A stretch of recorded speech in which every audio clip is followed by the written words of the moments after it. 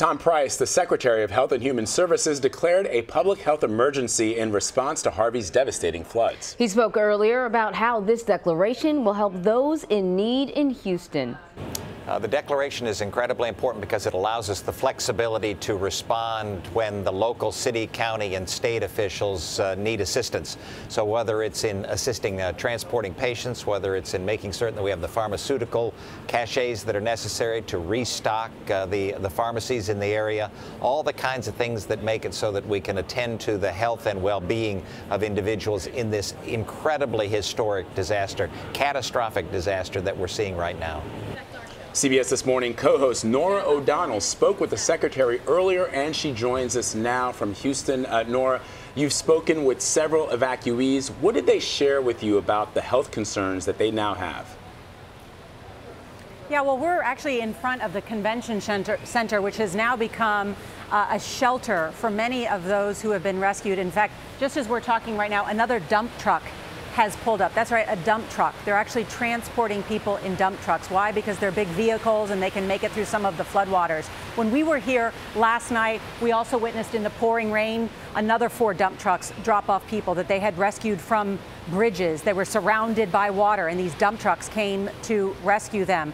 What's interesting is last night when we were here, there were 700 people inside this shelter that's being run by the Red Cross. This morning when we checked in, they said they had 2,500 people. So it really filled up overnight. I was inside last night. They only have 1,200 cots. So that means about half the people did not have beds last night. So one of the phrases, as I've talked with officials here and heard from them, the demand for help does not meet the resources. There is such a great demand, not only in terms of being rescued from people's homes, where their homes are in 10, 15 feet of water, but also just the basic needs inside this shelter.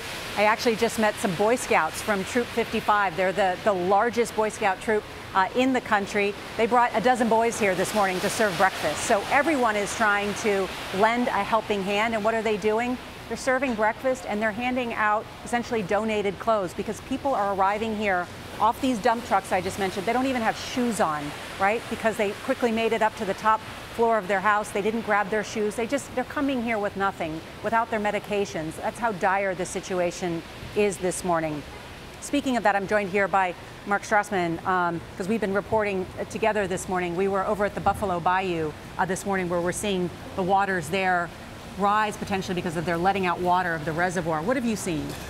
A lot of the same. I mean, the waters may not rise, it may not crest until Wednesday or Thursday, as you know. It occurs to me, what you were describing there, that this is one of those crises that will humble you very, very quickly. These people who came by dump truck, exposed to the weather.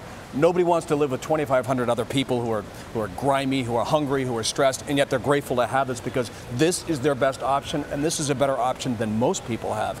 And this is the sort of daunting task that these emergency officials have, is continuing to respond to all these calls for help, which is why they now have to prioritize. If it's life and death, that's priority 1. If it's not life and death, you're going to have to wait.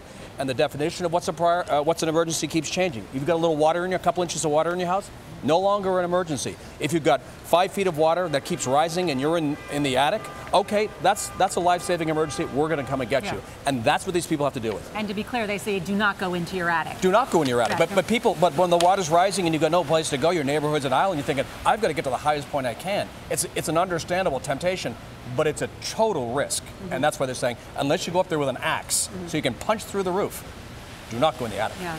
Glad you heard Mark mention that the waters are not expected to crest till Wednesday or Thursday. That's what's so difficult for me to sort of comprehend, with an estimated 11 trillion gallons of water having already fallen here in the Houston area. Where's that water going to go next? I think we're going to see more rescues today, more really terrible situations over the next couple of days as more and more people experience this flooding in their homes.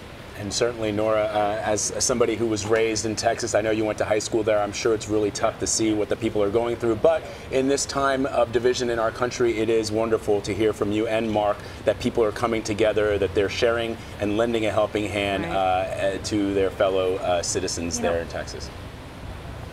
I'm glad you pointed that out, Vlad, because just like the Boy Scouts troop that I just mentioned, that came out here and they brought their sons to help. you know, you think about a time like this, people are helpless, but really they're helping one another. And they really have no other choice but to do that, because it's either help each other or sit there and suffer alone. I mean, this is one of those all hands on deck crises. The resources, the official resources are not enough. You've got to help yourself and help somebody else who needs that help. Yeah. Yeah, indeed, we're hearing that at least 30,000 people will need that temporary shelter. And of course, beyond that, a lot more help is needed. Norah, Mark, thank you so much. Thanks, Anne Marie. You bet.